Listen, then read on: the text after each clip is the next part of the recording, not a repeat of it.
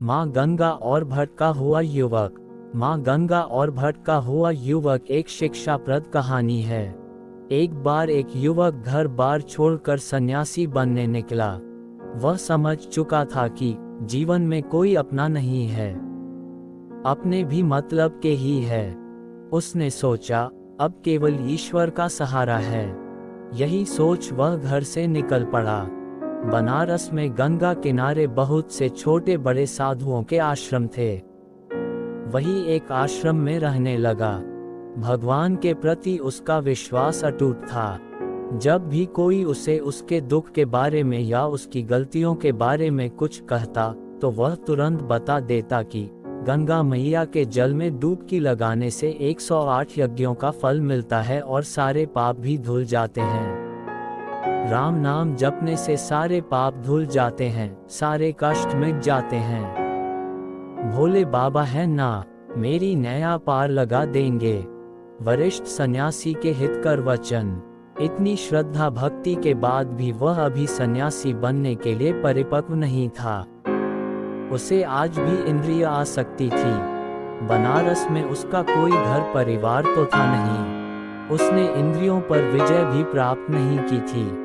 जब भी उसे इंद्रिय आसक्ति सताती, वह वैश्यागमन करता। वैश्यागमन के उपरांत गंगा मैया के जल में डुबकी लगा लेता। धीरे धीरे उसके आश्रम में तथा बगल के आश्रमों में भी उसकी चर्चा होने लगी। एक दिन एक परिपक्व सन्यासी ने उसे युवक के हित में उससे कहा कि भाई, या तो तुम अपने सांसारिक जीवन में लौट जाओ या नहीं तो अपनी इंद्रियों पर विजय प्राप्त करो। तुम प्रतिदिन गंगा मैया में डुबकी लगाते हो, फिर वैश्यागमन जैसे पाप कर्म करते हो, इससे क्या लाभ? युवक कहाँ समझने वाला था। आगे उन सन्यासी ने कहा, तुम्हारे जप अग्निहोत्र के सारे पुण्य क्षण भर में शून्य हो जाते हैं। ना तुम्हें अपनी इंद्रियों पर विजय प्राप्त हो रही है, ना तुम अपनी आत्मा को मलिन होने से रोक पा रहे हो। ऐसे सन्यास आश्रम का क्या लाभ? इस पर वह युवक कहता है, अरे भाई जी, आपको नहीं पता, गंगा मैया के जल में डुबकी लगाने से 108 यज्ञों का फल मिलता है और सारे पाप भी धुल जाते हैं। मैं तो केवल एक ही पाप करता हूँ, वहीं मैं प्रतिदिन गंगा मैया में 2 बार डुबकी लगाता हूँ। फिर मैं पापी कहाँ से हुआ? ये कहकर हंसता हुआ चला गया। अपने वरिष्ठ सन्यासी की बात भी पूरी नहीं होने दी। कपड़ा धोती बालिका। एक दिन की बात है, वह गंगा मैया की तट पर डुबकी लगाने पहुंचा। वहां एक 12-13 वर्ष की बालिका वस्त्र धो रही थी। उसे देख उस युवक ने सोचा, यह बालिका चली जाए तब मैं नहाऊंगा। परंतु वह बालिका जाने का नाम ही नहीं ले रही थी। तब उस युवक ने उस बालिका देखना चाहा कि आखिर वह कर क्या रही है। जब उस युवक ने बालिका को देखा तो चिढ़ गया। वह बालिका एक सफेद वस्त्र को रगड़ रगड़ कर साफ कर रही थी। ज्यों ही वह वस्त्र साफ हो जाता, उसे तट पर जमे चिकनी मिट्टी के कीचड़ में रगड़ती, जिससे वस्त्र पुनः गंदा हो जाता। फिर उस गंदे वस्त्र को गंगा मैया के जल में डालकर रगड़ रगड़ कर साफ करती। क्रोधित युवक को गंगा मैया की फटकार। कुछ देर तक तो युवक ने सब्र बांधा। कुछ समय पश्चात युवक ने क्रोध में आकर कहा, मूर्ख बालिका, यह क्या कर रही हो?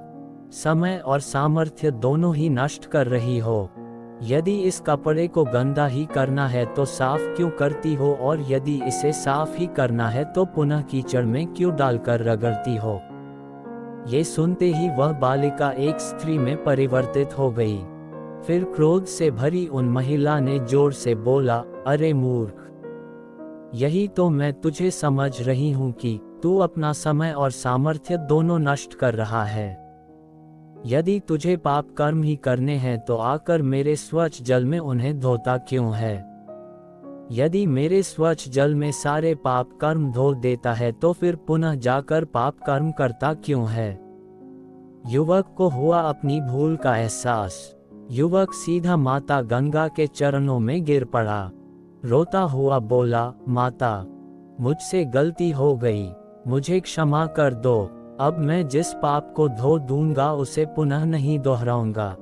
फिर माता ने उसे सही रास्ते पर लाने के लिए कहा, सुनो बालक, मैं तेरी डुबकी पर तेरे पाप धुल दूंगी, परंतु जानबूझकर तूने यदि अपने इंद्रिय सुख के लिए वही पाप कर्म फिर से किए तो तुझे अपने ही जल में समाधि दे दूंगी।